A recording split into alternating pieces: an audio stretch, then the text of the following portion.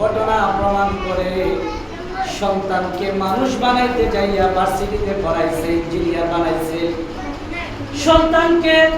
কলেজে পড়াইছে, বড় বড় ইঞ্জিনিয়ার বানাইছে, বড় বড় বিল্ডিং বানানো ওয়ালার ইঞ্জিনিয়ার বানানোর পরে যখন তার বাবা মারা গেল, মায়ের ফোন দিছে, বাবা রে তোর বাবা তো আর দুনিয়ার জমিনে নাই। ওই সন্তান ফোনের মাধ্যমে বাবা মাকে ডাকে, মা আমি এখন ব্যস্ত আছি, আমার বাবাকে কিছুক্ষণ পরে মুসিরা আসবে,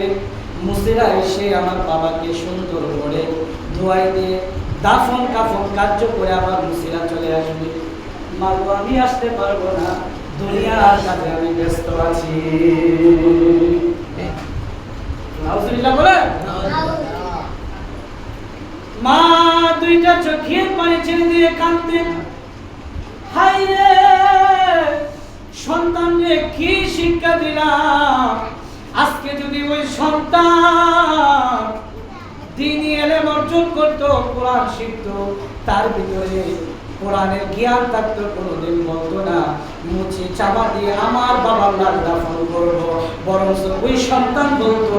মা গো আমার বাবা মারা গেছে, আর একটা সেকেন্ড আমি দেরি করবো না, আমার বাবার লাশ আমি নিজে দাফন করবো।